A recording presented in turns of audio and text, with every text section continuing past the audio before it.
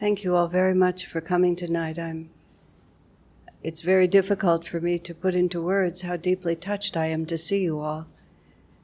Not speaking personally, but to realize how the power of Master's teaching has just continued to roll out like an ocean wave. I'm old enough, Jai and I are both old enough in the work of Ananda, and then therefore also chronologically as well, to have remembered a very, very, very, very, very, very different time when the idea that there would be an Ananda center in Pune, India, I believe was clear in Swamiji's mind, but it was never clear in our minds. We were in our early 20s. We were rebellious Americans who had just basically turned our back on every expectation that our families had of us and society had of us. We'd gone out to this country place. It was back to the land kind of era. And we had no idea really what we were doing on a certain level. But there was a compelling call that in retrospect one understands was coming from God. But at the time, actually, we had no idea where it was coming from. We had no idea of the power of what was moving us. I guess that's what I would say.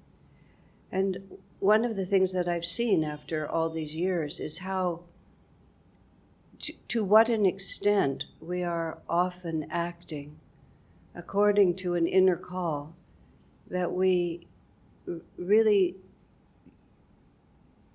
are only dimly conscious of, that what we think we're doing with our minds is just a very, very tiny part of who we are. When I look back over the many years that I have had of association with Master, with Swamiji, with Ananda, I see so much mental confusion. I remember just trying to figure everything out with my mind my very first summer that I was there. And my only excuse is I'd only been there a couple of months. I was an intellectual person, and I thought that truth was arrived at by gathering all the facts and analyzing them, and somehow that was the method I thought I would use. But I could tell that it wasn't working. And oftentimes, when we're doing the wrong thing, it doesn't occur to us that we're doing the wrong thing. It occurs to us that we're not doing enough of the wrong thing. So we just try to do more of it. So I remember sitting with Swamiji, and he was in a soft chair, as I recall, and I was sitting in front of him. And very earnestly, I said to him, I really think that I need to strengthen my power of analysis, is what I said to Swami. And I believe in retrospect, he didn't actually move, and I don't actually think he raised his voice. But what I remembered for a long time was that he rose out of his chair and said, "No!" like that. But I actually think he was sitting perfectly calmly, but he projected a very strong thought that said, "No!" He said, what you need to do is you need to develop devotion. I barely had any idea even what he could possibly mean by that phrase. I remember the first day I came to Ananda village, which was then Ananda retreat, was where I came to. And there was a man there named Binay. Binay was one of the very first members. He wintered over the first year that Jai and Shivani and a few other people did. And in those days, things were very chaotic and extremely primitive. And any sort of structure or anything that could keep the rain out or the weather out became a house or a workshop or whatever. And there was some kind of an abandoned bread truck. I don't know what made it a bread truck, except maybe it said bread on the side of it. And it was just without a motor. It was just the old rusting body of this truck there. We all needed money. Binay actually eventually became a gemologist and has made beautiful jewelry over the years. And so the seed of that was in him. So we needed money, but we had no money with which to make money. So Binay conceived of this wonderful idea where he would cut off branches of manzanita, which is this beautiful red wood. He would hollow them out. And then he would gather wildflowers. He would press them and dry them. He put a little rosin inside, clear rosin inside the wood, and then he put the flowers in it. And voila, we had a product. It was keychains, it was necklaces. They were actually, they were a little rustic, but they were actually quite charming. And he went out and sold them. And he set his whole workshop up in this abandoned bread truck like this. This I sort of all found out a little bit more later. But then someone else decided that the truck was an eyesore and somehow managed to get a tractor and push it over a cliff, just to get it off our land, having no idea that Benai was making his livelihood inside that thing. So I come into the story when I walk into the reception area, and Benai was having a conversation with another first-year man named Satya. And they were having this conversation, and Benai says, I really felt that Mother wanted me to make the jewelry business, but I guess I didn't understand her because Mother pushed the truck off over the edge, and so now I'm just really not sure what Mother wants me to do. My first thought is, now this might not make sense to you, I just realized I'm in India. In America, I thought, he's kind of old to just be doing what his mother wants him to do. This is the first time I realized this story makes no sense in this country. He's exactly the right age to be doing what his mother tells him to do. But for my way of thinking, it was odd. And then I understood that he was talking about Divine Mother, which actually made it worse. That's the only thing I could say. I couldn't even for imagine think how, again, a grown man could think that Divine Mother had anything to do with his jewelry business, and she certainly didn't push the truck off the cliff. It was just, the whole thing was absolutely crazy to me. But I loved Swamiji. I wanted to live in the woods. I felt like Ananda was home, and if this all came with it, I would just take the whole thing with it. He was just one person. Maybe he was nuts. Maybe everyone, maybe he didn't speak for the whole crowd. But then I'm talking to Swamiji at some point in there, and I present to him some incredibly complex mental issue that I was always dealing with at that time. He smiled at me so lovingly. I remember he was so sweet. He said, just give it to Divine Mother. And I sort of then waited for him to give me some real advice. Like, what am I supposed to do? Just give it to Divine Mother? Like, what is he talking about? And he seemed not to have anything more useful to say to me, so I just had to walk away. I had no idea. I come to work in the kitchen after 1 month there. Swamiji asked me to go work into the kitchen that made the meals for like about 40 people who were living up there. Not only guests, but our own residents did not have their own kitchen, so they all came in to have food there. And it was this older woman, and she was a bit emotional. And I came in, and I was to be her assistant, except I knew absolutely nothing about cooking, which was a bit of an obstacle since I was supposed to help her cook. I believe she asked me to make scalloped potatoes, as I recall. And I said to her, and, how do you do that? And again, she goes, Divine Mother, why do you send me people like this?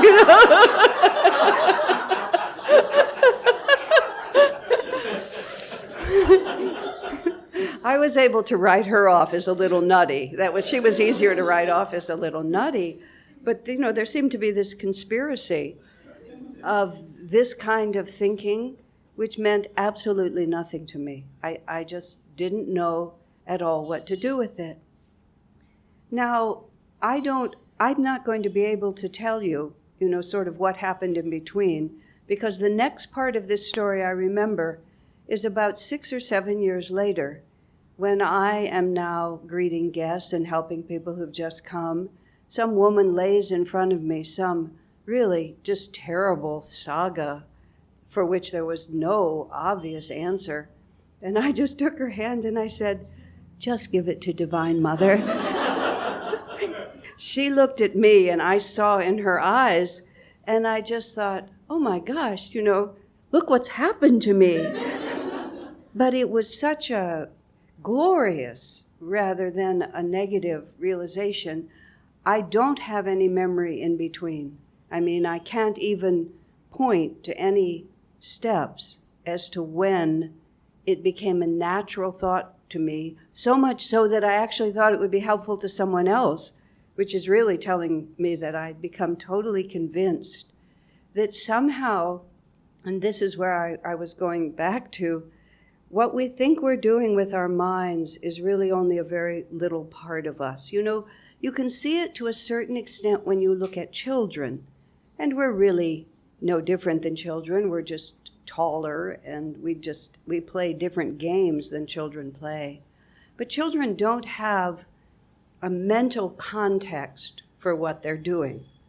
They just have a feeling about what they're doing. When I was 6 years old, well, in this lifetime, I've never actually seriously pursued dance, but it's always somehow been in my spirit. And interestingly, at one point in those early years at Ananda village, an Indian dance troupe came and danced. I think they were mostly Americans, but they were very serious dancers. And that was the first time in my life I saw classical Indian dance. And it was so evocative to me. I literally had to walk away for a while because it overcame me to see that art form, which somehow was in my samskars, not in my life, but in my samskars. I was too old and it was too late for me to take it up, but it was an alternate career. It was the road not taken. So when I was 6, my mother sent me to ballet class, and I loved being in ballet class. And I remember vividly one of my recitals, and it was a pink tutu like this, and it had silver ribbon around the edge and a little thing like this, and there was silver ribbon here, and I had curly hair. And my mother would squinch it because it was curly, and then she put this big silver bow. And I remember being on that stage, and I was magnificent. I really remember magnificent. Then I saw a photograph of myself, you know, like this, just like it was startling to me because I remember the experience, you know, but it was, in a sense, what I remember was more real than what I was doing because it was me. And actually, I've heard people say that often when children are dancing like that or singing or sitting at the piano, they really are living a previous incarnation in which they were great at that. That's why I'll say, Mommy, Mommy, watch me dance. Aren't I beautiful? Listen to my song.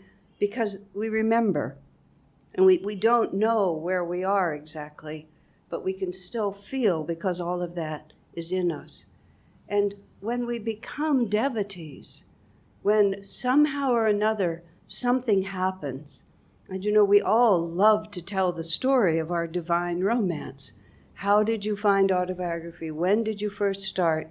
When did it occur to you that the answer to what you were looking for might actually be God? You know, I didn't know that it was God for a very long time. I was looking for truth. I was looking for freedom. I wasn't against God. It just he didn't exactly figure in the equation, he, she, it. And so especially the idea of a conscious divine mother who was taking care of us, it was way outside of my picture. I started on the path of self-realization with Ramakrishna, so I definitely had Mother Kali was part of that.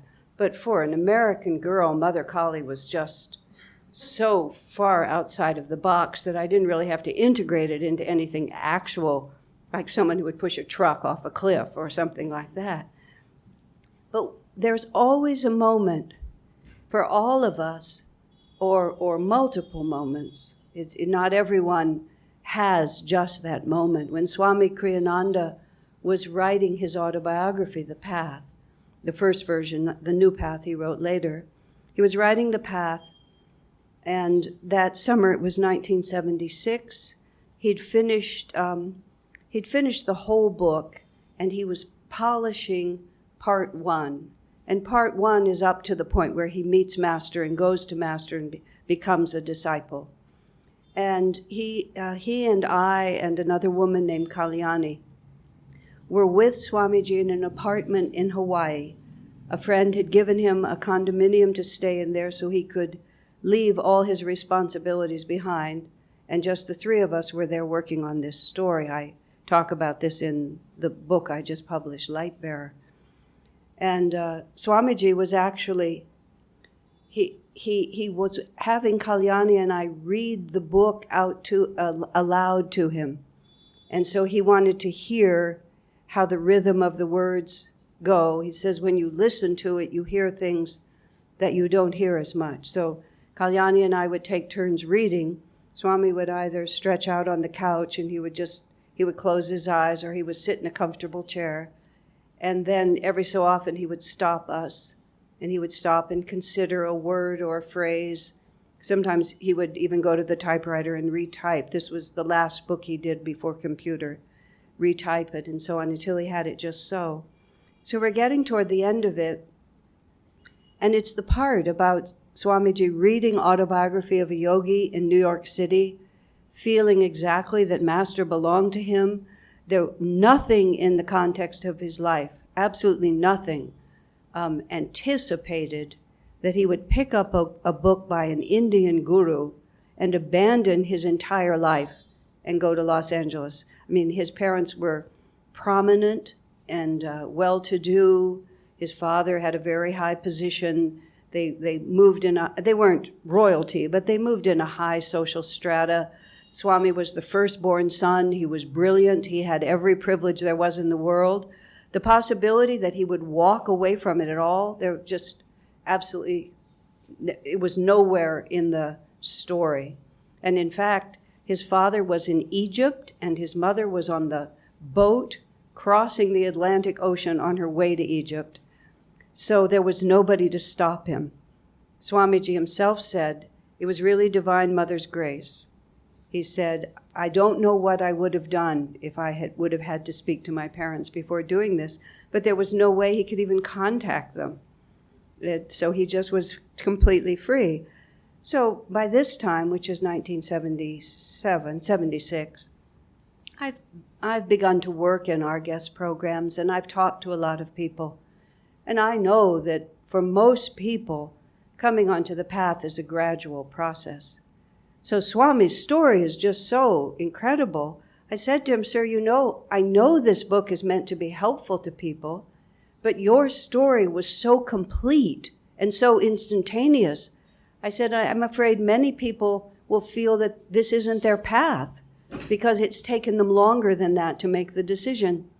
And Swami was so sweet about it. He said, I know, he said, I myself have considered that as a serious drawback about my life story.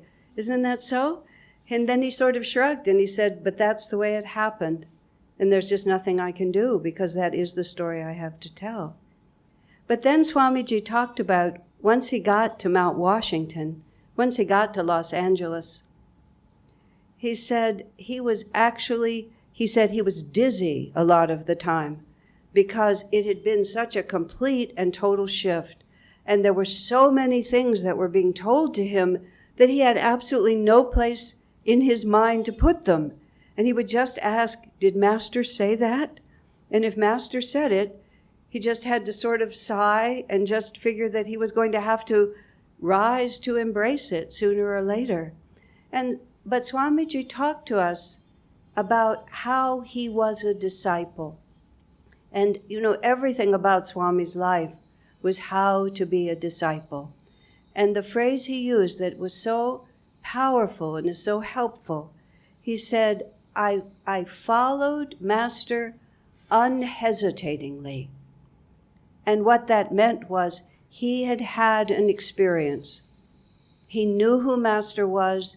He trusted, he believed in his experience. And nothing ever caused him to doubt that. I was unhesitating in my commitment to Master, Swami said, but I was not unquestioning. And that really is extraordinary good advice for all of us on the spiritual path, because it doesn't serve us on any level to be insincere, because Divine Mother knows what we're doing. She knows what we're thinking. I had this cycle of time with Swamiji where he had given me a job that I was simply incapable of doing. I wasn't talented for it. I didn't have a knack. But I didn't understand that the way competent people become competent is they accept help. They let people help them and teach them. I was under the delusion that competent people spring out of the egg like that and never have to do anything to get good at things. So Swamiji was trying to train me, and he kept pushing on me. He kept making suggestions. He kept, laying more work on me. I kept saying, yes, sir, yes, sir, yes, sir, but I just didn't know what to do. And he kept pushing. I kept affirming. He kept pushing. Finally, it just reached a crisis point like that. And we talked it out, and he said to me, you wanted to be a good disciple and say yes. And then he smiled and he said, but you never fooled me. Just like that. And I thought to myself, what a colossal waste of time. But of course, I learned something very deep and very true in that, didn't I? Unhesitatingly, yes, but not unquestioningly. Because we have to build our spiritual life on a solid foundation of real experience. That is the nature of the path of self-realization. That's simply what it is. It's spiritual life grown from the inside out on the unshakable foundation of our actual experience. And that actual experience, this is where the game comes in, because the heart knows. The heart knows where it is. It knows what it's doing. Something has happened that's called us, and here we are. And the mind just does all kinds of things. Why do I have this karma? Why don't I have that karma? Doesn't it look easier if I could be them? Why don't I be like that? I wish I didn't have this. I wonder why that's happening. And then all along, the other part of us, which is really our soul nature, just marches steadily toward the light. And I have a theory about spiritual growth, which is completely unorthodox. This is what I call the gospel according to Asha. Which is, it's very, very unreliable, really. When I first got on the spiritual path and felt I needed to improve my powers of analysis, and I just couldn't deal with this Divine Mother pushing trucks over hills or anything like that, I thought that since self-realization is, perfection, that I thought that perfection was in the sphere that I was already living in. And that I was going to take this personality and I was going to finally whip it into shape.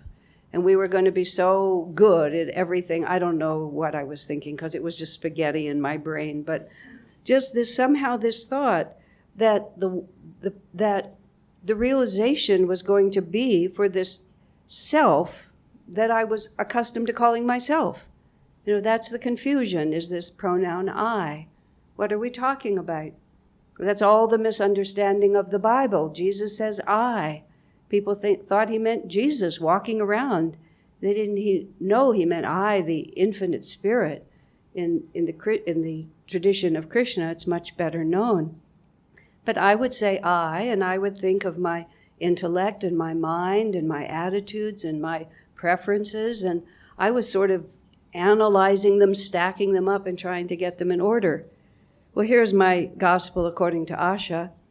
I don't actually think that part of ourselves ever gets itself together. I think it's kind of always a mess. It just kind of is chaos over there. It's not like we concentrate really hard and finally get all this in order. What happens is we forget about it.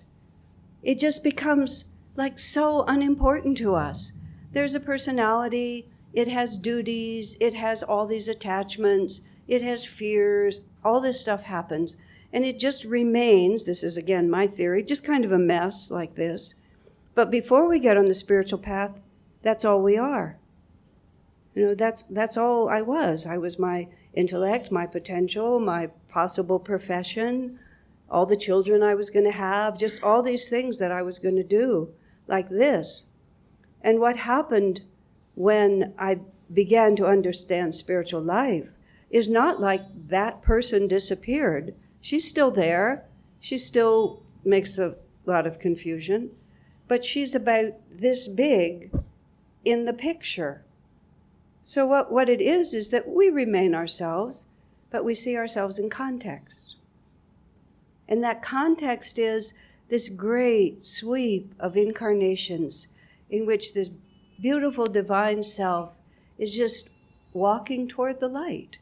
And that's just all we're doing. We're just walking toward the light. and all these different things, these many lifetimes, all these desires and unfulfillments, they just kind of whirl around, but they just become smaller and smaller in relationship to who and what we really are. So the concentration is the opposite of what I thought it was. I thought it was more and more concentrating on me.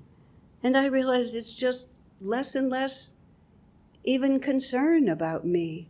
There was this gal who came to our community, and she had a lot of magnetism, and Swamiji tried to help her.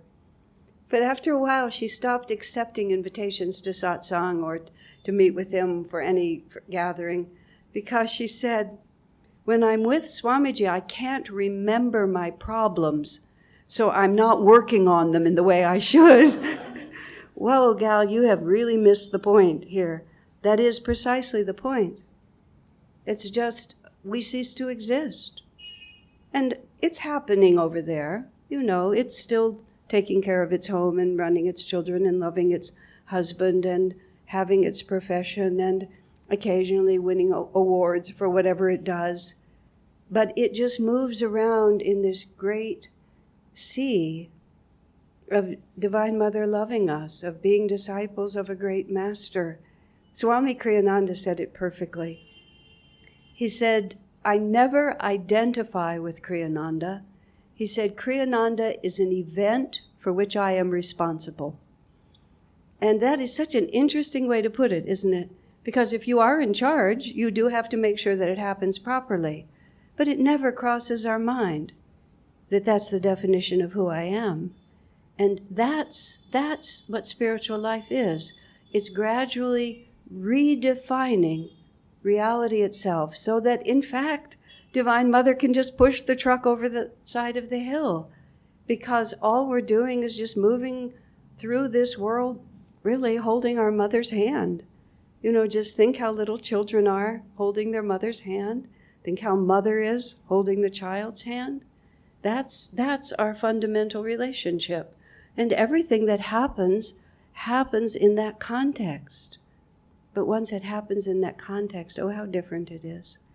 I look back at my life and there were so many, so much drama and so much disappointment and so much fulfillment and so much stuff like this.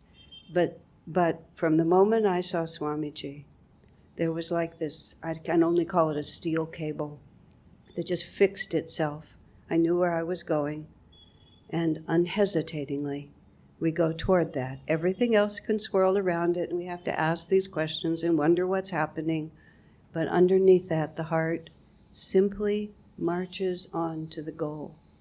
Build that heart connection. Build that devotion. You know, devotion isn't only chanting. It means being devoted to. You know, just every morning when you wake up, every night before you go to sleep, what is the most important thing to me? What is my reality? For what end was I made? For what purpose was I born? God realization. And say to God, Guru, or to whomever you pray, hold my hand, keep me on this path day by day, just day by day. Take care of the minutes, Master said, and incarnations will take care of themselves. All of this with the mind doesn't mean anything. All that matters is just the heart ever expanding and moving into that light. God bless you.